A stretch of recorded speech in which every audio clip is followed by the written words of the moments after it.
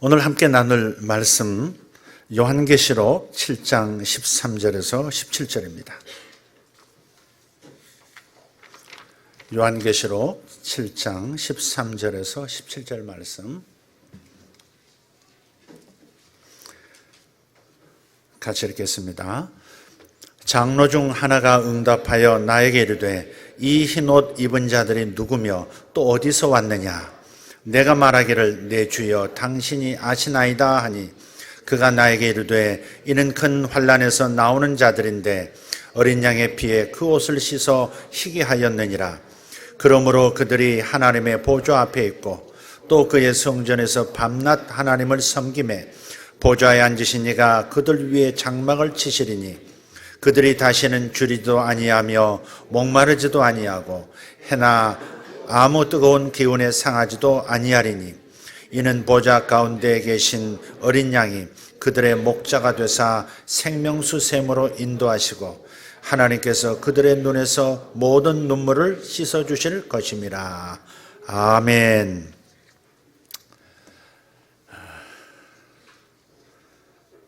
새해가 됐습니다. 세상에는 경자년이라고 그러대요. 경자년, 흰 쥐띠해 이렇게 표현하던데 아마 사주 60갑자 거기에서 나오는 제가 알기로는 60갑자 중 37번째 항목이 바로 경자년인 것 같습니다. 그 정도 압시다. 우리 사주풀이 하는 거 아니니까. 보통 새해 인사를 여러분 어떻게 하십니까? 오늘부터 시작해서 이 무렵이면 대개 이렇게 입에 달고 사는 인사가 새해 복 많이 받으세요. 사실 제가 아마 생애 처음으로 호캉스라는 걸 해봤습니다. 호캉스 아십니까? 바캉스 말고 호캉스. 혹한에서 견디는 훈련을 받는다. 호캉스. 누가 이렇게 좋은 호텔을 잡아주셔가지고 이틀 2박 3일 있도록 배려해 주셔서 거기서 좀 있다 왔는데 밤에 야식을 먹고 싶다고 그래가지고 야식 안 먹는데 야식을 시켜서 이렇게 가져다 줬는데 그분이 처음으로 저한테 인사를 하더라고요. 새해 복 많이 받으시라고. 어제 저녁 9시 40분인데 새해 인사를 저는 미리 한 2-3시간 전에 받았습니다. 이게 만나는 사람마다 주거니 받거니 하는 것이 새해 복 많이 받으세요 하는 겁니다. 그게 신년 인사로 무난한 것 같은데 다시 생각해 보면 아니라 이렇게 말할 수도 있는 것 같아요. 복을 받는 것은 은행에서 돈을 찾아 써버리는 것이고 복을 심는 것은 복을 저축하는 것이니까 새해 복을 많이 심으십시오라고 하는 것이 맞지 않는가 이런 생각을 좀 해봤어요. 복은 삶에서 누리는 영적, 육적인 모든 것인데 복을 짓지도 않고 복이 들어오기만 바랄 수는 없습니다. 인생 로또가 아니라는 겁니다.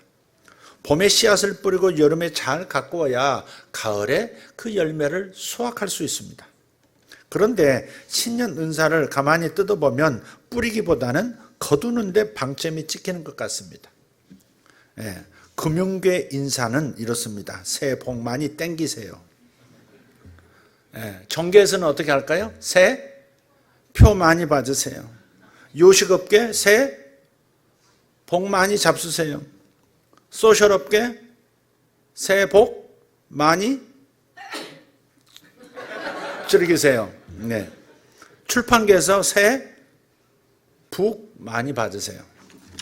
그런다고 합디다. 책 많이 받으라고. 우리 조상들은 어떻게 덕담을 했을까? 조선 19대의 임금이신 숙종 고모님의 오랜 병이 완치되기를 바라는 마음에서 편지에 이렇게 썼습니다. 새해에는 숙병이 다 쾌차하셨다니 기뻐하옵나이다. 이처럼 조선시대 신년 덕담은 자신이 바라는 바를 마치 이미 확정된 사실처럼 표현하는 경우가 많았다는 겁니다. 다시 말씀드려 볼게요. 새해에는 숙병이 다 쾌차하셨다 하니 기뻐하옵나이다. 지금 한참 아파서 고생하고 있는데 이미 쾌차하셨다 하니 기쁩니다 라고 인사 편지를 썼다는 거예요. 이것은 전통적으로 상대방을 존중하는 표현에서 복 많이 받으세요 이런 표현은 마치 명령형 인사말 같으니까 쓰지 않았다는 겁니다. 따라서 이제 우리도 한번 이렇게 인사했으면 좋겠습니다. 새해 복 많이 받으세요 하던 예전 신년 인사와는 작별을 하고 2020년부터 이렇게 바꿔보면 어떨까 싶습니다. 새해 복 많이 심으세요. 우리 한번 그렇게 한번 인사해 봅시다. 새해 복 많이 심으세요. 앞뒤로도 인사합시다. 저렇게 할할 때 합시다. 예. 새해 복 많이 심으세요. 네, 좋습니다. 참, 시키는 건 죽어라고 싫어. 이게 얼마나 좋아요. 말해보면요, 확 달라집니다. 새해 복 많이 심으세요. 확 달라요. 마음이 달라집니다. 먼저 심어야 거둘 것이 있는 것은 당연한 이치입니다. 그런데 우리에게 참 감사한 말씀이 있습니다. 천국의 이자율은 이 땅의 이자율과는 현격한 차이가 있다는 사실입니다. 다친 마음으로 들으면 마치 사기꾼들이 하는 소리처럼 들릴 수 있습니다. 성경은 듣도 보도 못한 최고의 이자율을 우리에게 약속해요. 마태복음 13장 8절을 보면 심으라. 그런 다음에 심은 대로 거두되 혹 30배, 혹 60배, 혹 100배로 거둘 것이다. 아니 하나 심었는데 30이 되든지 많게는 100배로 거둔다고 하는 이건 굉장한 투자율을 약속하는 거 아니겠습니까? 그래서 심는 것이 중요하다. 새해 복 많이 심으십시오. 그리고 새해 복을 많이 심어야 하는 이유가 또 있습니다. 격변의 환경을 통해서 새로운 축복이 새해에 펼쳐지기 때문에 그렇습니다. 2020년의 뜻, 성경에서 숫자 20은 하나님의 구속을 뜻한다고 말씀을 이미 드렸습니다. 20이 더군다나 두 번 겹치는 것은 반드시 이루어진다는, 반드시 그럴 것이다 하는 확실하다라고 하는 것을 표현하는 겁니다. 이것은 100년에 똑같은 숫자가 겹쳐지는 것은 100년에 한 번씩 오는 겁니다. 예를 들어 1900년대라면 1019, 19, 1919년에 한 번 오고 그리고 2020년에 한 번 지금 오는 겁니다. 그걸 100년 뒤에 또 한 번 할 거예요.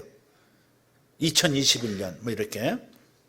그래서 100년에 한 번 오는 이 아주 멋진 이 숫자 배열이기 때문에 한번 깊이 생각해 볼 필요가 있습니다.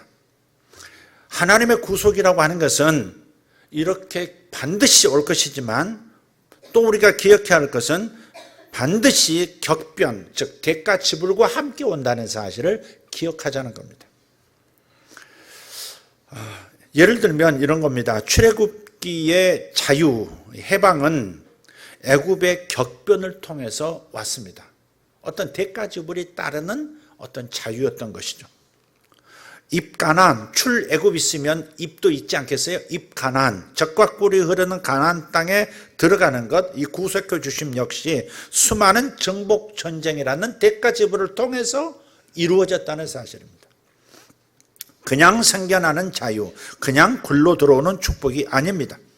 하나님의 구속하심의 역사를 기대하는 사람, 하나님의 구속해 주시는 회복의 역사를 기대하는 장소나 민족이나 국가는 생각지 못했던 격변, 급격한 변화를 생각에 두어야 합니다. 축복만을 기대하지 말고 급격한 변화, 격변과 함께 온다는 사실을 기억하자 하는 겁니다. 그저 좋은 것만 생각하다가 미리 대비할 것을 대비하지 못하고 놓쳐버리는 일이 없도록 그렇게 해야 하는 것입니다.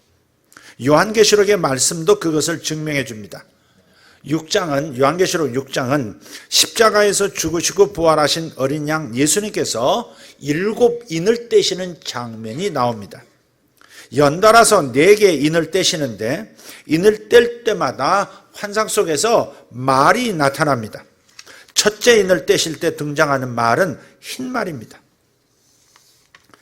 요한계시록 6장 1절 2절을 한번 읽어보면 이렇습니다. 내가 봄에 어린 양의 7인 중에 하나를 떼시는데 그때 내가 들으니 네 생물 중에 하나가 우레소리같이 말하되 오라 하기로. 이에 내가 보니 흰 말이 있는데 그 탄 자가 활을 가졌고 면류관을 받고 나아가서 이기고 또 이기려고 하더라. 아멘. 자, 그래서 이것은 승리의 이미지를 강조한 겁니다. 희다는 것은 승리를 의미합니다. 순결이라는 뜻도 있지만, 순수함이라는 뜻도 있지만, 이긴다, 이기려고 한다는 그 의지를 말하는 거예요. 1세기 당시에 파르티아 제국 기병대를 상징으로 사용해서 이 세상에 대한 심판을 그려주고 있습니다. 그 당시 로마 제국 동쪽에 있던 파르티아 제국이 기병대는 말을 탄 상태로 활을 쏘는 솜씨가 대단했습니다. 그리고 벌떼처럼 몰려와서 로마 제국의 동쪽 지역을 쑥밭으로 만들어버리곤 했습니다. 바로 여기서 그 이미지를 빌려온 것입니다. 하나님을 등진 로마 제국, 하나님을 등진 이 세상이 속수무책으로 당할 수밖에 없는 주님의 심판에 가공할 위력을 지금 상징하는 것이 활을 든 이기고 또 이기려고 하는 흰말 탄자에 담긴 의미입니다. 두 번째는 붉은 말인데 이것은 전쟁을 뜻합니다. 3절과 4절에 나타납니다. 한번 읽어보죠. 둘째 인을 떼실 때 내가 들으니 둘째 생물이 말하되 오라 하니 이에 다른 붉은 말이 나오더라. 그 탄자가 허락을 받아 땅에서 화평을 제하여 버리며 서로 죽이게 하고 또 큰 칼을 받았더라. 아멘. 서로 죽이고 죽이는 전쟁을 지금 그려주고 있습니다. 붉은 말이 나오면 이런 일이 벌어지는 겁니다. 역사상 벌어진 모든 전쟁은 하나님을 떠난 이 세상에 내린 하나님의 심판입니다. 참고로 하나님이 심판하신다니까 하나님이 계속 분노에 가득 찬 열받아 계시는 하나님을 연상하지 마십시오. 무슨 말이냐? 심판이라고 하는 것은 모든 죄, 특히 하나님을 떠난 죄들 자체 안에 이미 심판의 요소가 작동하도록 시스템화되어 있다는 것을 기억하십시오. 죄는 죄를 스스로 먹어버리는, 뱀이 자기 꼬리를 먹어 들어가는 것처럼 어떠한 죄들은 그 죄들 안에, 죄 자체 안에 스스로 폭발하는, 자폭하는 어떤 시스템이 들어가 있다는 사실입니다. 그래서 죄가 있는 것, 특별히 하나님을 등지고 떠나버리는 죄들, 바로 여기에는 스스로 멸망당하는, 스스로 심판을 받는 어떤 요소가 이미 시작되고 있다는 사실이에요. 우리는 그것을 기억해야 합니다. 일정 수위의 죄가 계속되면 죄는 스스로 자기 파괴의 길을 나서게 되는 겁니다. 자기 중심적인 인간들이 세상에 존재하는 한 전쟁은 절대 끊이지를 않는데 이것 자체가 바로 주님의 심판이다 하는 말씀입니다. 지금 지구상에 전쟁 중인 나라가 적지 않은데 이것은 오늘날에 국한된 것이 아니라 과거도 그랬고 미래에도 그럴 것입니다. 그것이 붉은 말의 의미입니다. 세 번째, 인을 떼니까 검은 말이 등장합니다. 계시록 6장 5절 6절에서 말씀합니다. 읽겠습니다. 셋째 인을 떼실 때 내가 들으니 셋째 생물이 말하되 오라 하기로 내가 보니 검은 말이 나오는데 그 탄자가 손에 저울을 가졌더라. 내가 네 생물 사이로부터 나는 듯한 음성을 들으니 이르되 한 데나리온의 밀 한 되요 한 데나리온의 보리석 되로다. 또 감람류와 포도주는 해하지 말라 하더라. 아멘. 이 검은 말은 기근을 뜻합니다. 무서운 흉년을 통해서 식량이 부족한 상태, 모든 삶에 필요한 물자들이 결핍되는 상태, 그게 바로 검은 말입니다. 말을 탄 자가 손에 저울을 가졌다 이렇게 하는 것은 상인들이 정확하게 곡물의 무게를 재서 파는 상황, 다시 말해서 풍부하지 않은 상황을 암시합니다. 아주 빠듯하게 한 톨이라도 더 안 넘어가도록 제값받고 제 물건 얻지만 준다 이런 거죠. 넘쳐날 때는 덤도 주고 개평도 주고 하는데 지금 이 상황은 그렇지 않은 부족한 상태를 지금 뜻하고 있습니다. 그런 일들이 검은 말이 있을 때 일어나는 겁니다. 지금 저희가 무슨 말씀을 나누고 있습니까? 하나님의 구속의 역사 회복시켜 주시고 풍성한 젖과 꿀이 흐르는 영역으로 들어서도록 하는 데는 급격한 변화와 함께 온다 했을 때 항목들을 지금 얘기하고 있는 겁니다. 전쟁이라는 항목, 그리고 계속해서 하나님의 심판이 강력하게 막강한 모습으로 나타날 수 있다는 것을 말하고 있고, 지금 세 번째는 기근이 일어날 수도, 이상하게 기근처럼 보이는 일이 같이 올 수도 있다는 겁니다. 내년에는 45조 달러 중국 자본시장의 빗장이 풀린다고 합니다. 아마 미중 무역협상의 결과인 것 같습니다. 좋은 일일까 나쁜 일일까? 중국에는 좋은 일일까 나쁜 일일까? 우리 대한민국에는 좋은 일일까 나쁜 일일까? 적어도 미국 입장은 좋은 일 같습니다. 드디어 미국이 그토록 바라던 중국 양털깎기가 시작되는 순간일 수 있습니다. 긍정적으로 바라보자면 요셉들이 출현할 수 있는 기회이기도 합니다. 엄청난 부의 이동이 45조 달러면 4경 5천억이지 않습니까? 맞나요? 한 5경 정도가 풀려나는 겁니다. 5경 시장이 열리는 겁니다. 자본 시장이 열리는 거예요. 그래서 헤지펀드부터 시작해서 득달처럼 몰려 들어갈 겁니다. 그리고 모든 것들이 막 급격하게 상승하면서 주식시장부터 아마 그럴 겁니다. 붕 뜬 다음에 싹 빠지면은, 다 챙겨서 빠지면은 그냥 바닥으로 내려앉고, 기업도 그 다음 그리고 국가 상황도 건물들부터 시작해서 땅까지 전부 똥값 되면 다시 또 쌍가격에 다 사는, 우리가 IMF 때 겪었던 그런 일들. 그래서 좋지 않은 상황이지만, 검은 말의 상황이지만은, 그러나 요셉이 그 흉년의 기근의 때에 부의 이동을 하나님 나라로 옮겨 놓듯이 그러한 부의 이동의 역사도 있을 수 있다는 겁니다. 눈이 열리고 실력이 있는 어떤 이들에게는 잠시 흰말과도 같은 계절이고, 중국 입장에서는 아차하면 검은 말의 상황으로 치달을 겁니다. 조금은 설명이 필요하지만 제가 전문가도 아니니까 여기서는 생략하겠습니다. 한번 전문가들, 관심 있는 분들은 한번 연구해 보기를 바랍니다. 당신이 요셉일지 누가 알겠습니까? 하루 임금인 한 데나리온으로 밀 한 대와 보리 석 대밖에 사지 못할 정도로 힘든, 그러니까 하루 벌어서 간신히 입에 풀칠하는 상황입니다. 감람류와 포도주는 해치지 말라, 그렇게 소리가 들렸는데, 이 두 가지 품목, 감람류, 포도주는 그때 당시에 기본 양식입니다. 올리브 오일하고 포도주스는 그냥 그거 없으면 안 되는 거예요. 음료수로 먹었던 거고 하니까. 이것들마저 없다면 다 굶어 죽기 때문에 기본 양식은 건드리지 말라고 한 겁니다. 아주 궁핍한 상태를 이렇게 묘사한 거예요. 이것도 이 검은 말, 기근의 상황도 과거, 현재, 미래를 통틀어서 주님을 거역하는 이 세상에 임하는 심판입니다. 네 번째인 청황색 말은 사망을 상징합니다. 사망입니다.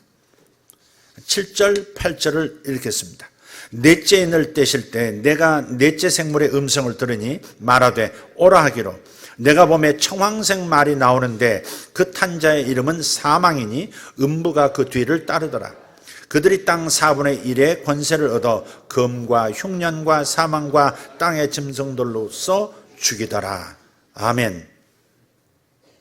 인간은 누구나 죽죠. 다 죽습니다. 전쟁으로 죽기도 하고, 질병으로, 혹은 사고로, 굶주림으로, 스스로 목숨을 끊어서도 죽습니다. 또는 제 명을 다 살든 어쨌든 다 죽습니다. 이것이야말로 어찌 보면 주님의 심판 중에 가장 두드러진 겁니다. 이것을 피할 사람은 아무도 없습니다.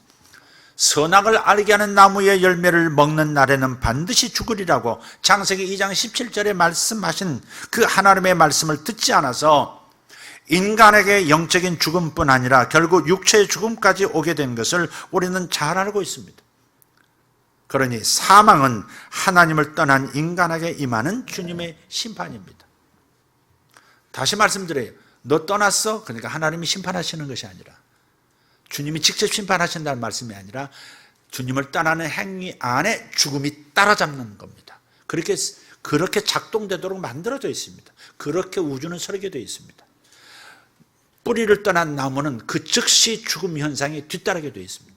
물고기가 물을 떠나면 즉시 사망 현상이 그의 아가미를 덮치듯이 그렇게 되어 있다 이 말이에요. 자, 그러다가 갑자기 다섯째 인을 떼실 때는, 인이란 말은 도장을 말해요. 이렇게 인봉, 촌농을 녹여가지고 거기다 인장으로 탁 도장을 찍는데 그걸 받아볼자만 뗄 수 있는 자격을 가진 사람만 떼게 되어 있는데, 이 다섯 번째 인을 뗄 때는 그 전과는 전혀 다른 장면이 펼쳐집니다. 9절 11절입니다. 읽겠습니다.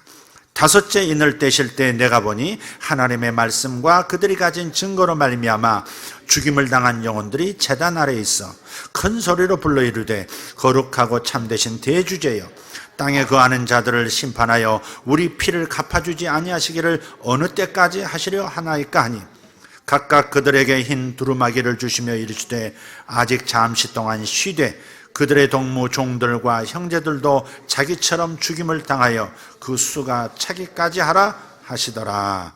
아멘. 얼마 전에, 불과 지난주가 될 겁니다, 저 중동 지방에서 그리스도인들이 그 테러 집단에게 아주 단체로 잡혀서 그냥 참수당하는 영상을 참수시키고 그 영상을 인터넷에 띄웠죠. 많은 사람이 그냥 살아있을 때 그 모습, 좀 크리스찬들이 예수 믿는다는 이유로, 그리고 알라로 돌아오지 않는다는 이유로 목을 다 베어버린 거예요. 그래서 이 부분은 바로 순교자의 어떤 기도가 하늘의 영역에 있다는 것을 지금 보여줍니다. 예수님처럼 십자가의 길을 따르다가 큰 환난을 겪고 순교를 당한 순교자들이 하늘 제단 앞에서 지금 기도를 드립니다. 그러자 하나님께서 그들에게 이 세상에 심판이 임하는 것이 왜 정당한지를 보여주시면서 흰옷을 주시고 잠시 쉬라 이렇게 위로해 주십니다. 그리고 다시 여섯 번째 인을 떼시니까 이번에는 하늘에서 심판 현상이 벌어집니다. 첫 번째부터 네 번째 인까지는 말들이 나오면서 땅에서 벌어지는, 땅 자체 안에서 일어나는 심판이었습니다. 그러나 다섯 번째, 하늘의 순교자들의 기도와 하나님의 그 세상 심판에 대한 이유를 설명하신 그 다음 여섯 번째에서는 하늘에서 징조가 나타나는 겁니다. 여섯째 인을 한번 보도록 하겠습니다. 12절부터 17절까지 한번 읽어보도록 하겠습니다. 내가 보니 여섯째 인을 떼실 때 큰 지진이 나며 해가 검은 돌로 짠 상복같이 검어지고 달은 온통 피같이 되며 하늘의 별들이 무화과 나무가 대풍에 흔들려 설익은 열매가 떨어지는 것 같이 땅에 떨어지며 하늘은 두루마리가 말리는 것 같이 떠나가고 각 산과 섬이 제자리에서 옮겨지매 땅의 임금들과 왕족들과 장군들과 부자들과 강한 자들과 모든 종과 자유인이 굴과 산들의 바위 틈에 숨어 산들과 바위에게 말하되 우리 위에 떨어져 보좌에 앉으신 이의 얼굴에서와 그 어린 양의 진노에서 우리를 가리라. 그들의 진노에 큰 날이 이르렀으니 누가 능히 서리요 하더라. 아멘. 여러분, 요한계시록을 읽다가 바로 이런 부분을, 이 여섯 번째 인 같은 경우를 읽을 때 여러분 어떻게 읽으셨습니까? 이것은 마지막 때 지구에 실제로 나타날 천재지변일까 아니면 상징적 메시지일까 하는 질문입니다. 답은 상징입니다. 13절 14절을 제가 다시 읽어보면 이렇게 말씀하고 있어요. 하늘의 별들이 무화과 나무가 대풍에 흔들려 설익은 열매가 떨어지는 것 같이 땅에 떨어지며 하늘은 두루마리가 말리는 것 같이 떠나가고 각 산과 섬이 제자리에서 옮겨진다 그랬어요. 별만 해도 한번 봅시다. 하늘의 별이 얼마나 큰데 그 별들이 바람에 무화과 나무 열매가 떨어지듯 땅에 떨어진다는 말입니까? 이것이 실제 일어나는 일이겠습니까? 일반적으로 이 태양계의 중심에 있는 이 태양의 크기가 지구의 몇 배인 줄 아십니까? 130만 배 큽니다. 지구보다 130배가 아니고 130만 배가 큽니다. 이게 알려진 사실입니다. 그럼 밤하늘에 보이는 별들의 대부분은 그 크기가 얼마나 될까? 그 별들은 보통 태양의 수만 배에서 수십만 배의 크기랍니다. 지금까지 발견된 가장 큰 별은 그 크기가 자그마치 태양의 360만 배입니다. 태양의 360만 배. 따라서 별 하나의 크기가 지구의 수백억 배에서 수천억 배도 더 된다는 말입니다.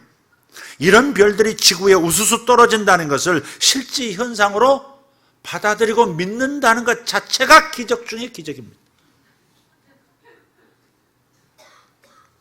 그럼 이것은 무엇을 말하는 건가? 무슨 상징이냐 하는 거죠. 이건 실제 현상이 아니라 영적인 메시지를 담은 상징입니다.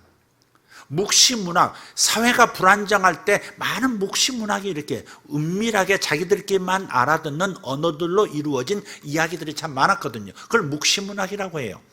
이 묵시문학, 계시문학차를 사용해서 영적인 심판을 지금 묘사하고 있는 겁니다. 여러분 찬찬히 읽어보시면 여기에 나타나는 재앙도 7가지입니다.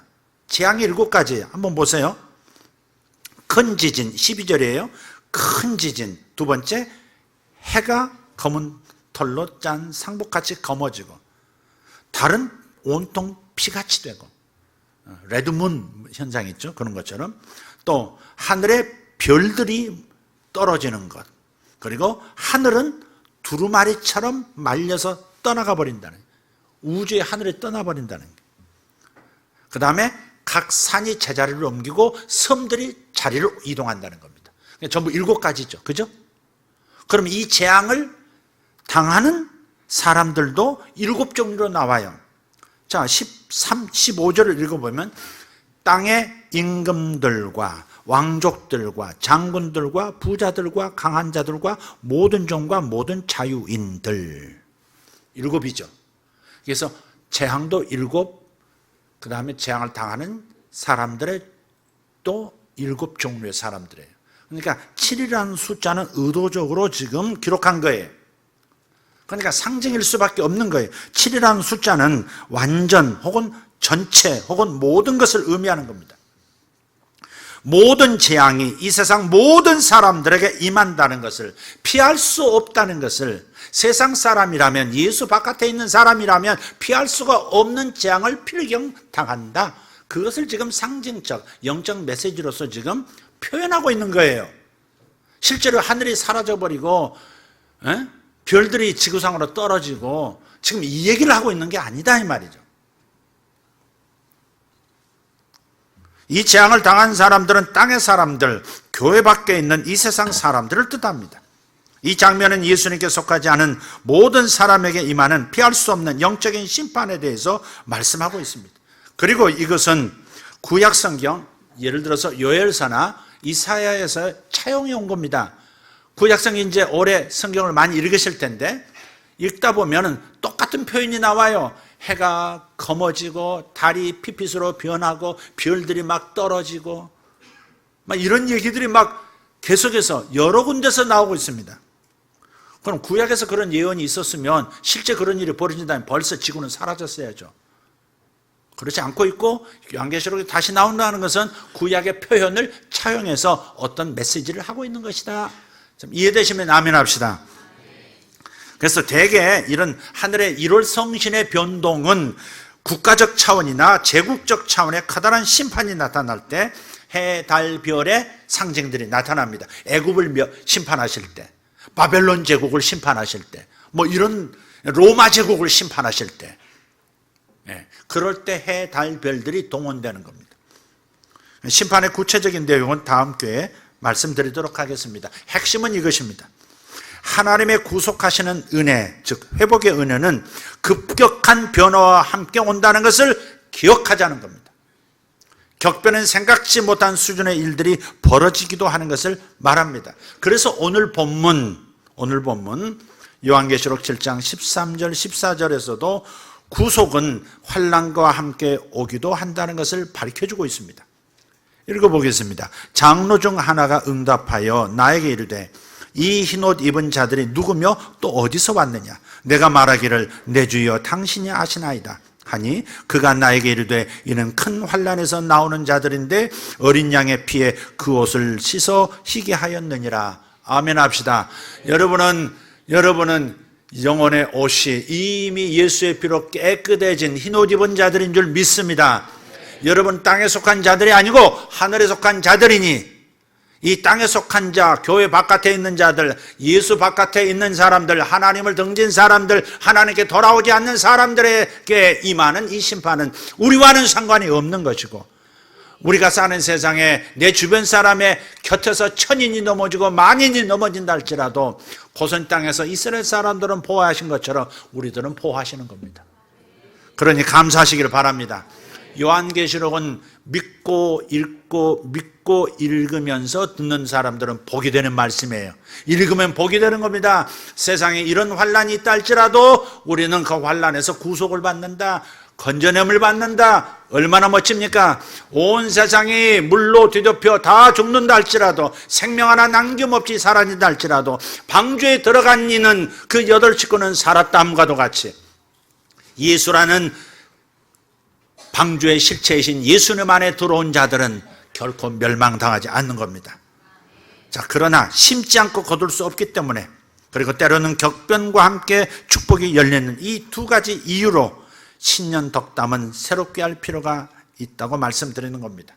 이러한 격변의 해에는 경진할 때요, 사실은 동양학에서는 경자가 쇠금을 뜻합니다. 강력한 도끼날을 뜻하는 거예요. 외부로부터는 강력한 도끼. 대한민국을 나무의 나라로 표현해요. 동양에서는.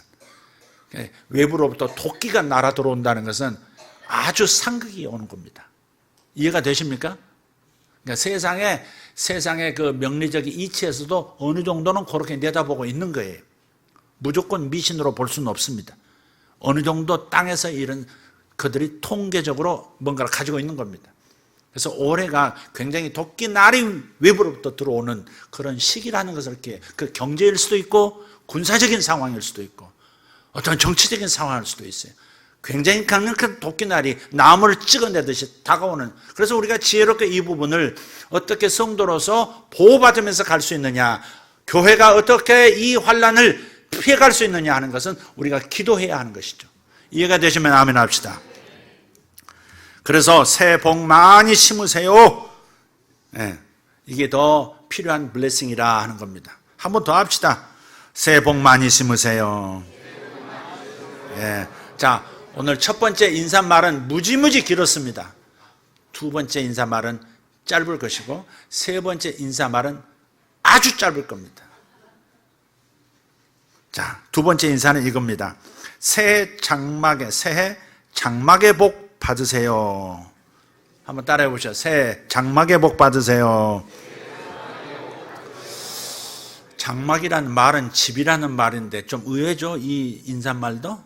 그러나 하나님의 감동으로 여러분에게 말씀을 드리는 겁니다.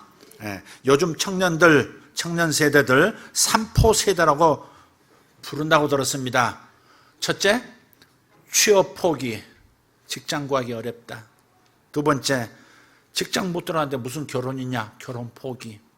3번째, 결혼 안 하는데 무슨 애 낳겠냐, 출산 포기. 그런데 여기에 주택 마련 포기가 추가로 들어가면 4포가 됩니다. 그런데 이게 서로 연계가 되어 있는 문제라는 겁니다. 지난 주일에 제가 남성 목장에서 잠깐 대화를 나눴습니다. 그래서 부동산 정책에 관한 대화를 나누다가 기도 제목을 성도들에게 드려야겠다는 생각이 지금 들었습니다. 젊은이들이 경제활동을 하지만 집값 상승을 따라잡지 못한다는 겁니다. 하나도 안 쓰고 계속 저축해도 상승하는 집값을 따라잡지 못해서 내 집 마련은 정말 뜬구름 같은 이야기라는 겁니다. 그래서 올해는 정부가 쌍값 아파트를 수도권에 많이 지어서 엉뚱하게 지방에다 막 짓고 그러지만 일단 몰리는 곳에 정착할 수 있도록 도와줘야죠. 그래서 쌍값 아파트를 수도권에 많이 지어서 제공하는 정책을 펴도록 기도하자는 겁니다. 지금 이 정권이 절반 돌아왔지 않습니까? 조금 넘어가고 있는데, 그래서 남은 기간이라도 이 정권이 이 부분을 이 청년 세대들이, 이 사포 세대의 청년들이 희망을 갖고 실제로 도움을 받도록 그렇게 기도를 해야 될 것 같다는 겁니다. 고심하지 않는 부분, 고심하고 있는 건 틀림없을 겁니다. 그러나 이것이 그냥 우리가 그냥 아무나 툭툭 던지는 표현은 아닙니다. 이미 이명박 정권 때서 벌써 시행해서 제법 많은 혜택을 젊은 사람들에게 주었습니다. 아주 싼 값을 제공하는 겁니다. 임대 형식도 좋고요. 그래야 뭐 싸겠죠. 투기를 막는 정책도 필요하지만 서민과 청년 세대의 내 집 마련의 꿈을 가능하게 해주는 보다 적극적인 정책도 세우기를 우리 기도하자는 거예요. 기도하면 정부에서 또 지혜 있는 이들이 구체적으로 움직일 수 있다고 믿습니다. 내 집 마련이 어려우니 일찍 결혼하기가 어렵고, 그러다 보니 출산율은 점점 낮아질 수밖에 없는 거 아니겠습니까? 일찍 내 집을 마련할 수만 있다면 결혼은 더 빨라질 수 있고, 따라서 출산 연령이 낮아지면 당연 자녀를 더 많이 낳을 수 있습니다. 39, 40에 결혼해가지고 하나 낳고 끝나지 둘씩, 셋씩을 어떻게 생각하겠습니까? 그러니까 이 결혼 연령이, 출산 연령이 결혼 연령부터 낮아지도록, 그럼 출산 연령도 낮아지고, 그럼 다산이 가능해지고, 그러면 국가적인 경쟁력이, 미래가 보장이 되고, 국가적인 위기 아닙니까 이게? 그래서 정부의 역할이 너무나도 중요하고 생각의 변화가 더욱 중요합니다. 계속 전투로만 지금 갈 수 있는 상황이 아니에요. 뭔가가 통과가 됐으면 그 안에서 이제는 독소 조항을 서로 이제는 차분히 앉아서 일단 통과시키는 게 중요했다면, 여당 입장에서도 이제 자리에 앉아서 독소 조항을 의논해서 서로 정리하자고 하는 이런 여유로움도 생기도록 또 일단은 기도해야 한다는 겁니다. 100 아니면 0 이렇게 나갈 수는 없는 문제예요. 그래서 그런 부분을 우리가 생각하면서 기도로 밀어야 합니다. 이런 특별히 주택정책, 청년 세대를 위해서 주택정책은 또 꼭 해내도록, 서민들을 위해서 해내도록 기도하시기를 바랍니다. 그래서 제가 오늘 새해 장막의 복을 받으세요 라고 축복하자는 겁니다. 한번 해봅시다. 새해 장막의 복 받으세요. 이건 실제 장막의 복입니다. 집 없는 분들 집 생기기를 축복합니다. 할렐루야. 원하는 집 쟁취하기를 예수 이름으로 축복합니다. 자, 그러나 그보다는 보다 영적인 이유가 있어서 이 인사말을 꺼낸 겁니다. 하나님의 임재의 장막, 그냥 우리 몸이 거주하는 장막만이 아니라 하나님의 임재의 장막이 어떤 신자 위에 임하시는지를 깨달아야 합니다. 깨닫고 깨어나야 합니다. 하나님의 임재, 하나님이 이렇게 실제로 현실 속에서 나타나 주시는 하나님의 임재는 공급을 가져오고 보호함과 치료를 가져옵니다. 자, 본문 요한계시록 7장 15절 17절을 한번 보십시다. 같이 읽겠습니다. 그러므로 그들이 하나님의 보좌 앞에 있고 또 그의 성전에서 밤낮 하나님을 섬기매 보좌에 앉으시니가 그들 위에 장막을 치시리니 그들이 다시는 줄이지도 아니하며 목마르지도 아니하고 해나 아무 뜨거운 기운에 상하지도 아니하리니 이는 보좌 가운데 계신 어린 양이 그들의 목자가 되사 생명수 샘으로 인도하시고 하나님께서 그들의 눈에서 모든 눈물을 씻어주실 것임이라. 아멘. 하나님을 예배하고 하나님 예배하기를 즐겨하고 그분을 친밀하게 가까이 모시는 사람에게 하나님의 임재는 보다 강력하게 나타난다는 말씀을 지금 하고 있는 겁니다. 하나님의 현저한 임재. 어떤 임재? 현저한 임재. 와, 하나님이 임재하신 거 맞네. 나도 느끼고 상대도 주변 사람도 알아버리는, 아, 당신에게 하나님이 함께 하시는군요. 요셉이 요셉을 보고 하나님이 요셉을 형통하게 하셨다라고 보디발도 인정하고 간수장도 인정하고 바로 왕도 인정하듯이 현저하게 나타나는 하나님의 임재, 이것을 본문에서는 장막이 드리워진다고 말하는 거예요. 자신에게 삼위일체 하나님께서 오셔서 거처를 정하도록 하나님의 마음을 끈 사람이 되기를 축복합니다. 자, 어떤 사람이 그 주인공이 된다고 말씀합니까? 이 사람은 성전에서 밤낮 하나님을 섬기는 성도입니다.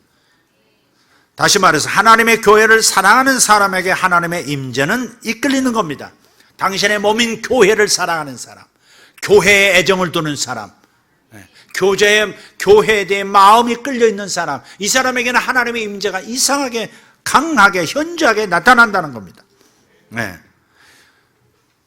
제가 가끔 아주 좋지 않은 용어인데 임직의 저주라고 임직의 징크스라고 할까, 참 이상한 게 하나 있어요. 임직식을 하고 나면 꼭 한 사람 정도 임직 받고 먹튀하는 현상이 있다는 겁니다. 먹튀가 이미 벌어졌습니다. 자리 이탈을 해버리는 거예요. 그럼 권사를 받지 말았어야지.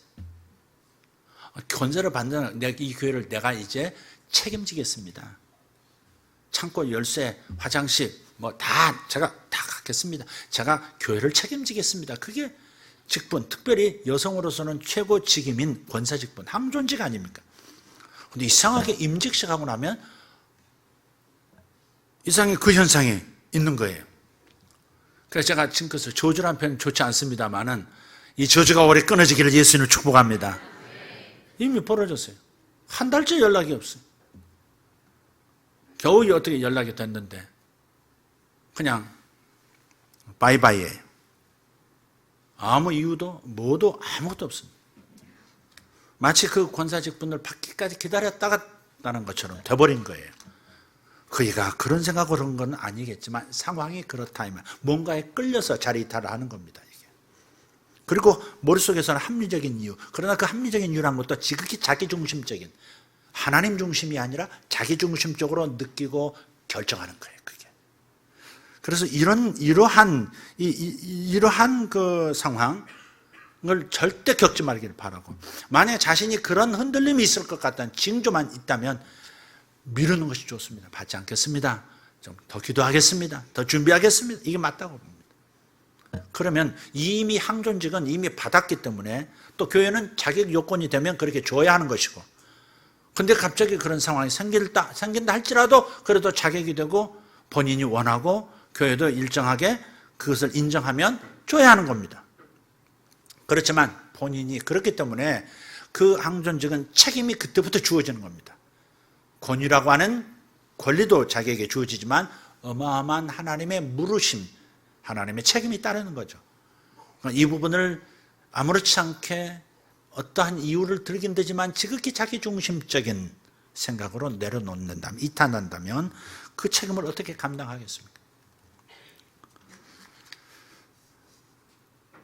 자, 오늘 말씀에 그런 겁니다. 하나님은 교회를 사랑하는 사람에게, 밤낮 하나님을 섬기는 성도에게 하나님의 임재는 끌려 장막이 드리워진다는 겁니다. 그리고 현실 가운데 하나님의 임재의 장막이 나타난다면 그들에게는 반드시 눈에 보이는 축복이 나타날 것이라고 약속합니다. 어떤 축복입니까? 현실적인 어떤 축복이에요? 영적 공급, 물질적인 공급이 그치지 않을 것이라고 16절에 말씀합니다. 그들이 다시는 줄이지도 아니하며, 아멘. 목마르지도 아니하고, 아멘. 예, 공급이 그치지 않을 것을 말씀하고 있어요. 그러니까 영적인 것을 포함해서 물질적인 것도 동시적인 겁니다. 예, 공급이 따르는 사람, 결핍이 없는 사람, 복받은 사람인 줄 믿습니다. 아멘. 또 언제나 보호하시는 복이 나타납니다. 해나 아무 뜨거운 기운에 상하지도 아니하리니. 예. 엄청난 어떤 환란이 와도 상하지 않는다. 세상의 사람들은 여러 가지 해를 받는 상황이 덮쳐도 하나님의 장막이 준비되어진 사람, 하나님의 임재에 드리움이 있는 사람에게는 그냥 지나가 버립니다. 패스오버. 엄청난 장자의 죽음, 가축까지도 첫 것은 다 죽어버리는 엄청난 살육이 출애굽의 그날 밤, 6월절의 밤에 휩쓸고 지나가는데 어린 양의 피가 묻어 있는 그 이스라엘 히브리 민족에게는 패스오버, 넘어가 버린다. 그냥 지나가 버려요. 격변이 있어도, 어려움이 있어도, 동아시아에 어떤 어려움이 있어도 하나님의 교회와 하나님의 교회 안에 있는 당신의 백성들은 그냥 지나가 버리는 겁니다. 할렐루야! 아멘! 예. 17절에 보면 보좌 가운데 계신 어린 양, 이것은 다스리신 예수님이신데 그들의 목자가 되신다 하는 것은 무슨 뜻이에요? 사랑으로 직접 다스려 주신다.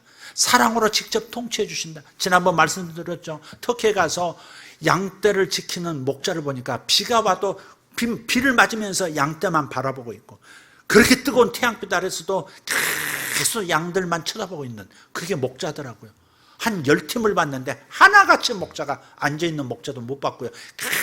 계속 서서 양떼를 향해서만 아무 주변을 보질 않는 거예요. 그게 진짜 목자더라고요. 근데 우리 예수님께서, 우리 주님께서 우리를 그렇게 바라보고 계시고 그렇게 관리해 주시고 보호해 주시는 거예요. 뱀이 나타나도 쫓아가서 막아주고, 들짐승이 와서 잡아먹으려 할 때 쫓아가서 막아주고, 그렇게 보호해 주시는 겁니다. 그리고 뭐라고 말씀해요? 생명수 샘으로 인도해 주신대요. 생명나무의 열매를 따먹는다거나 생명수 샘물을 마신다거나 생명의 강으로 인도하거나 다 같은 표현입니다. 요한계시록의 그 표현은 다 같아요. 그래서 이것은 하나님의 장막, 하나님의 임재는 각 개인에게 혹은 단체에게, 국가에게 생명의 충만함을 가져오는 겁니다. 건강을 부어주시고, 할렐루야, 장수함을 허락해 주시고, 넘치는 기쁨과 평강이 마음에서 뭉글뭉글 심하다 때마다 올라오는 겁니다. 넘치는 기쁨이에요. 에너지가 넘치는 겁니다. 이게 생명입니다. 생명현상은 영에만 나타나는 것이 아니라 생명현상은 마음에도 몸에도 모든 경제 영역에도 나타나는 것입니다. 여러분의 이복이 오래 있을 줄 믿습니다. 그렇기 때문에 요한계시록 7장 15절을 정확하게 이해합시다. 그러므로 그들이 하나님의 보좌 앞에 있고 또 그의 성전에서 밤낮 하나님을 섬김에, 이것이 장막의 조건, 하나님이 임재해 주시는 조건이. 그래서 우리는 어떻게 해야 되느냐? 밤낮 하나님을 의식하는 훈련, 습관을 가지셔야 돼. 하나님 곁에 계시지, 하나님 내 안에 계시지. 이것을 수시로 대화할 때도, 생각할 때도, 공부할 때도, 밥을 먹을 때도, 일을 할 때에도 항상 자나깨나 주님을 의식할 때 밤낮 주님을 섬기는, 친밀하게 가까이 모시는 상태가 되고, 그러면 하나님의 임재가, 영 안에만 계시던 하나님의 임재가 몸에 나타나고 마음에 나타나고 내 삶의 모든 영역에서 현저하게 나타나기 시작하는 겁니다. 할렐루야. 올해는 꼭 이 축복이 있으시기를 다시 한번 축복합니다. 말씀을 가까이 하는 것도 은혜의 길목에 서는 방법입니다. 올해 표어가 뭡니까? 은혜의 길목에 서라입니다. 은혜의 길목에 서는 방법이 말씀을 가까이 하는 거예요. 성경 통독 작정서를 여러분 드렸어요. 작성서라고 또 되어 있더만. 주여, 성경 통독 작정서예요. 저 올해 1독 하겠습니다. 저 2독 하겠습니다. 이번에 한 김에 제가 아주 꽤 뚫어버리겠습니다. 10독 하겠습니다. 근데 가능합니다. 왜 가능하냐? 여러분, 오늘 좀 목사님 나중에 나오셔서 광고를 좀 드릴 텐데요. 그 이어폰으로 1배속, 2배속 하는 성경 통독, 이 나레이터들이 전부 유명한 배우들, 성우들이 나와서 만든 성경 전체 통독할 수 있는 프로그램인데요. 그걸 여러분 핸드폰에 애플로 깔면 그것을 들을 수 있습니다. 들으면서 눈으로 따라 읽으면 빨리 읽을 수 있습니다. 그래서 1.5배속, 2배속으로 하면 더 빨리 읽을 수 있습니다. 지금 올해는 하나하나 그전처럼 이렇게 큐티 하듯이 하는 것이 아니라 올해는 무조건 다독입니다. 무조건 전체 숲을 보는 훈련을 하는 1년이 될 겁니다. 그래서 여러분 지금 작정서에 빨리 적으십시오. 적으시고 이따가 헌금하실 때 같이 넣어주시면 정리해서 그런 목자들과 분류해서 여러분이 어떻게 읽어나가고 있는 체크하는 그런 상황을 만들어 드리도록 하겠습니다. 자, 서로 인사합시다. 새해 장막의 복 받으세요. 짧게 한다고 했는데 그래도 좀 길었어요. 그래서 이번에는 그냥 진짜 짧게 한번 세 번째 인사말. 여기서 멈출까요? 세 번째 인사말까지 할까요? 말로 인사말이라고 그러지, 저는 지금 하나님 계시로서 주신 이 블레싱이니까 해야 되겠죠? 싫어도 어쩔 수 없어요. 세 번째 인사말은 따라합시다. 새해 153의 복 받으세요. 153 어디서 많이 들어보지 않았습니까? 모나미 볼펜, 그게 요한복음 21장에 나오는 겁니다. 예수님께서 십자가에서 죽으시고 부활하신 다음에 베드로 이하 일당들이 갈릴리로 튀어가지고 거기서 먹고 사는 쪽으로 방향을 결정하고 니나노 이렇게 살고 있을 때 주님께서 저들에게 나타나신 이야기입니다. 요한복음 21장 2절을 보면 이렇게 나와요. 그 도망간 놈들이 베드로, 도마, 나다나엘, 요한과 야고보 그리고 다른 제자 둘 그랬어요. 누군지 몰라요. 여기도 몇 사람? 7사람. 7이라는 숫자가 나올 때는 뭘 말하는 거예요? 몽땅 튀었다 그 말입니다. 전체를 뜻하는 거예요. 전체를. 몽땅 튀었음 그 얘기예요. 7명만 얘기하는 게 아니에요. 요한이 쓰는 숫자를 여러분이 이제 익숙해지셔야 하는 겁니다. 자, 그래서 주님께서 3절에 나타나셔가지고 고기 잡은 거 좀 없느냐 이렇게 물었더니 제자들이 베드로가 아마 대답했을 것 같아요. 없나이다. 그래. 누군지 모르지만 못 알아봐요. 또 예수신지를 못 알아봐요. 뭐 없나이다. 그랬더니 주님께서 다시 이제 조언을 해 주세요. 그물을 배 오른편에 던지라. 그리하면 잡으리라. 아멘 합시다. 예. 이에 던졌더니 물고기가 많아 그물을 들 수 없더라 그랬어요. 여러분, 올해에 수확이 없을 때는 어떻게 해야 돼요? 주님을 찾을 때입니다. 수확이 없을 때 주님 나타나셔서 도와주셨잖아요. 그러니까 여러분 삶에 경제적인 문제가 됐든 무엇이 됐든 수확이 그렇게 흡족스럽지 못할 때는 빨리 주님을 찾을 때예요. 빨리 주님을 찾을 때. 할렐루야. 근데 이에 던졌더니 물고기가 많아 그물을 들 수 없더라. 수확이 많을 때는, 많이 주셨을 때는 주님을 만난 거예요. 주님이 이미 현재한 임재로 역사하신 거예요. 그러면 우리는 어떻게 반응해야 돼요? 수확 자체에, 물고기 자체에 집중할 것이 아니고 주님이시다 하고서 주님께로 빨리 와야 한다 하는 겁니다. 근데 여기서 많이 넘어져요. 없을 때 주님 찾는 건 많은데 좀 등 따시고 배부르면 찾질 않는 악습 중에 악습이 인류 가운데 있습니다.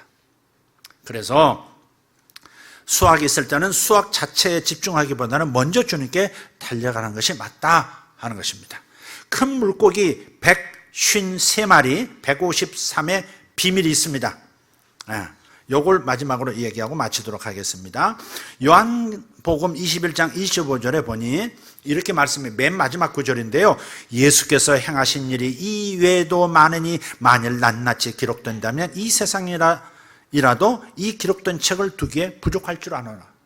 하나님께서 하신 일, 하신 말씀이 너무 많아, 예수님이 하신 게 많아가지고 책으로 기록한다면 이 책을 이 세상에 둘 데가 없다는 말씀이에요. 다른 말로 하면 이 요한복음 21장 이 간단한 짧은 책에 기록된 것은 하나도 버릴 것이 없이 너무너무 중요한 것만 기록했다 그 말 아니겠어요? 복음과 관계된 매우 중요한 이야기만 넣었어요. 근데 153이 뭐냐고. 고기 많이 잡았더라 그러면 됐지 뭘 153마리까지 기록을 하냐고요. 153마리 안에 뭐가 있어요? 우리가 알아차려야 할 하나님의 메시지가 있는 겁니다. 지금. 그래서 153을 우리가 좀 해석해 보도록 하겠습니다. 이 두 가지인데요. 첫째는 히브리어로 하면 숫자 값이 153인데 그 무슨 말이냐면 153을 이 히브리 말로 풀어서 쓰면 하나님의 아들들 하는 뜻이에요. 베니 하엘로힘 하는 거예요. 베니 하엘로힘 하나님의 아들들, the sons of God, 하나님의 아들들이라는 뜻을 숫자로 바꾸면 153인 거예요. 히브리 사람들은 히브리 단어, 글자 자체가 숫자로 표현됩니다. 글자, 숫자가 따로 없어요. 알파벳이 숫자로 표현이 되는 거예요. 그래서 153이라고 하는 베니 하엘로힘은 하나님의 아들들이라는 뜻이에요. 그러니까 지금 무슨 메시지를 베드로에게 하고 있냐면 베드로가 뭐 때문에 갈릴리에서 물고기 잡고 있어요? 이제 뭐 예수님 이제 잊혀진 인물 됐고 부활하셨다고 하지만 이제 옛날 내가 품었던 꿈도 다 사라졌고 영의정, 우의정 이게 다 날라갔어. 끝. 우리 정당 박살났어. 이제 우리 패적이야. 그런 거야 지금. 그런 상황에서 지금 이제 먹고나 살자. 이제 제대로 먹고 살아야지 어떡하겠어. 이런 상황으로 지금 물고기 잡고 있는 중입니다. 어느 놈들이 몽땅 그러고 있는 거예요. 그런데 주님께서 지금 153마리를 잡아드리도록 하심으로써 뭘 말씀하고 있는 거예요? 육신의 양식을 위하여 일하지 말고 나하고 함께 하나님의 아들들 모으러 가자, 그 말이거든요. 주님이 베드로에게, 제자들에게 프로포즈하는 겁니다. 육신의 일만 도모하지 말고 나와 함께 영혼들, 하나님의 아들들, 선택된 아들들을 구원하러 가자, 그 말씀이에요. 할렐루야. 자, 이게 첫 번째 뜻이고요. 하나 더 본다면 이거 참 신비한 일인데요. 각 숫자 1, 5, 3, 1자, 5자, 3자의 제곱을 3제곱, 그러니까 3승을 하면, 그리고 그 숫자를 더하면 참 재미있어요. 1의 3승은 뭐죠? 1이죠. 그럼 5의 3승은? 아니죠. 125죠. 네, 빠르네요. 그 다음 3의 3승은? 27, 맞습니다. 더하면 1 더하기 125 더하기 27은? 도로 153입니다. 도로 153. 근데 이런 걸 뭐라 그러냐면, 이게 1자, 5자, 3자의 3승이 각각 정육면체가 돼요. 3, 이러면 가로 3, 세로 3, 3 곱하기 3은 9죠. 이 9라는 판이 2개, 3개 있어 봐요. 그러면 이쪽도 3, 이쪽도 3, 높이도 3. 그렇죠? 정육면체죠. 125도 정육면체고 1의 3승도 하나로 보면 정육면체인 거예요. 정육면체라고 하는 것은 이걸 트리플 큐브 넘버라고 하는, 큐브가 3개 나타나는 숫자라는 말이죠. 그래서 이 정육면체는 성경에서 하나같이 다 거룩한 장소가 됩니다. 여러분, 성막의 높이, 가로, 세로가 똑같습니다. 정육면체입니다. 솔로몬의 성전도 그렇고 헤롯 성전도 그렇고 성전의 지성소는 정육면체입니다. 그러니까 지성소란 말은, 성소란 말은 거룩한 장소라는 뜻이고 지성소란 말은 지극히 거룩한 성소예요. 그러니까 1, 5, 3 각각 트리플 큐브 넘버니까 정육면체니까 뭐라면 거룩하다, 거룩하다, 거룩하다. 이 말은 지극히 거룩하다, 그 말이에요. 그래서 예수님께서 또 부활한 다음에 세 번째로 제자들에게 나타나셨다고 14절에 기록이 되어 있어요. 14절 보면 예수께서 부활하신다는 제자들에게 세 번째로 나타나셨느니라, 그렇게 얘기했어요. 그 다음에 베드로에게 모닥불 피워놓고 질문을 3번 던져요. 네가 나를 사랑하니? 네가 나를 진짜 사랑하니? 네 진짜 나 사랑해? 베드로가 또 3번 대답합니다. 사랑합니다. 사랑합니다. 사랑하시는 걸 아시지 않습니까? 이렇게 한단 말이에요. 그러니까 3으로 해서 이게 지금 이게 히브리인들의 아주 독특한 하나님의 감동으로 지어진 성경이에요. 그러니까 153은 그냥 153이 아닌 거예요. 자, 그러면 베드로가 이제부터 나와 함께 육신의 일만 하지 말고 하나님의 아들들을 모으러 가자, 영혼 구원하러 가자, 사람 낚는 어부가 되자, 이렇게 프로포즈하는 것을 153을 통해서 153마리를 통해서 베드로가 눈치챘을까? 아마 그때 생각 못했을 가능성이 매우 많습니다. 그러면 누구를 위해서 이걸 썼느냐? 하나님의 말씀을 사랑하는 사람, 하나님의 말씀을 사랑하는 사람은 늘 읽고 또 읽고 또 읽고, 묵상이란 말은 되새김질한다는 건데 계속해서 읽고 또 읽고 또 묵상하고 또 묵상하고 또 묵상하는 겁니다. 이런 사람들에게만 153의 비밀이 알려지도록 되어 있는 겁니다.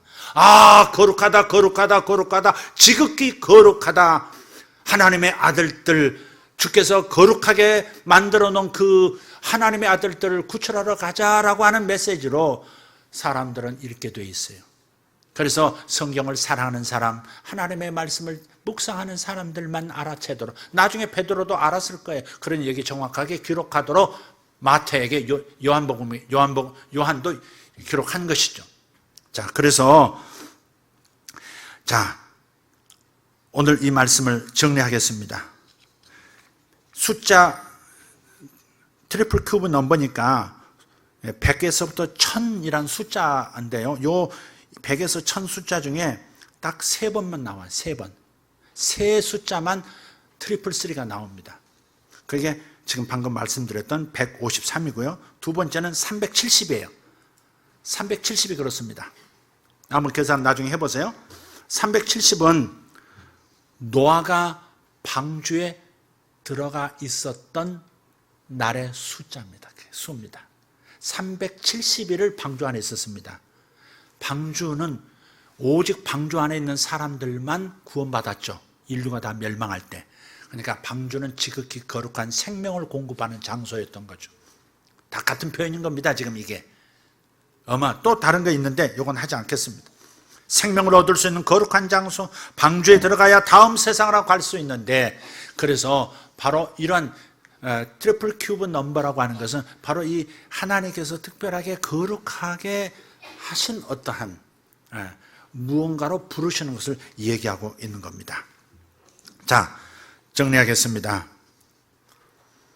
새해는 육신을 위해서만 일하는 사람 되지 말고 영혼을 모으러 일하는 사람이 되시기를 바랍니다. 이것을 이해하고 노력하면 물질의 복, 큰 물고기의 수확도 함께 나타날 줄 믿습니다. 그러니 우리는 이렇게 인사해야 합니다. 새해 153의 복 받으세요. 새해 153의 복 받으세요. 자, 이제 기억하시겠습니까? 세 가지 인사말이 우리에게 예언적 블레싱이 될 겁니다. 첫째, 새해 복 많이 심으세요. 두 번째, 새해 장막의 복 받으세요. 세 번째, 새해 153의 복 받으세요. 할렐루야. 기억하는지 옆에 분 체크해봐요. 당신 도저히 머리 안 되겠다, 그런 분도 여러 번 들으면 돼요. 해봐요. 해봐. 웃기만 하지 말고.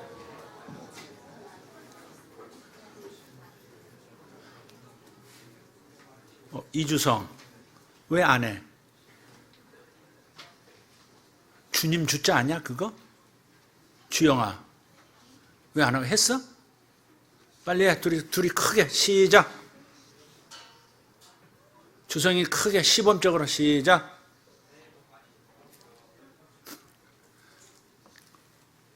쳐봐. 생각이 두 번째 안 나잖아. 다시 두 번째. 그 다음, 특히 두 번째 꼭 이루어지길 바랍니다. 고맙습니다. 할렐루야. 하나님께서 올해 격변과 함께 오는 구속의 해임을 깨닫고 우리 잘 준비하고 피할 것은 피하고 취할 것은 취하는 우리 모두가 되십시다. 다 같이 일어나겠습니다.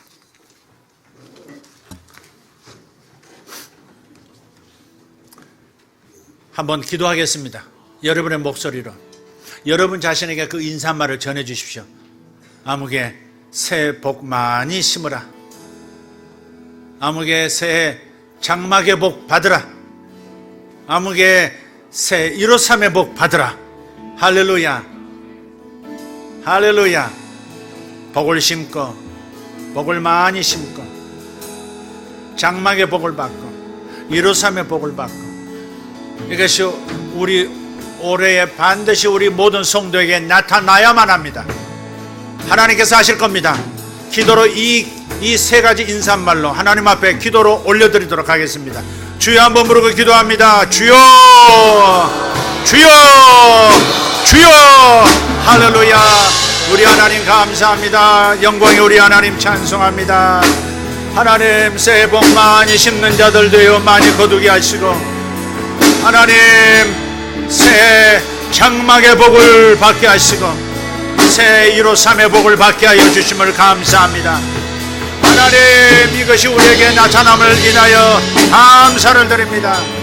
하나님 영적 장막의 복, 영적 장막의 복, 하나님 임재의 장막의 복이 하나님 특별히 종에게 나타나기를 원합니다. 주여, 저에게 하나님 주의 장막이 들여오지게 하옵소서. 주의 장막이 들여오기를 소원합니다. 주의 장막이 들여오기를 소원합니다. 아멘. 주님 감사합니다.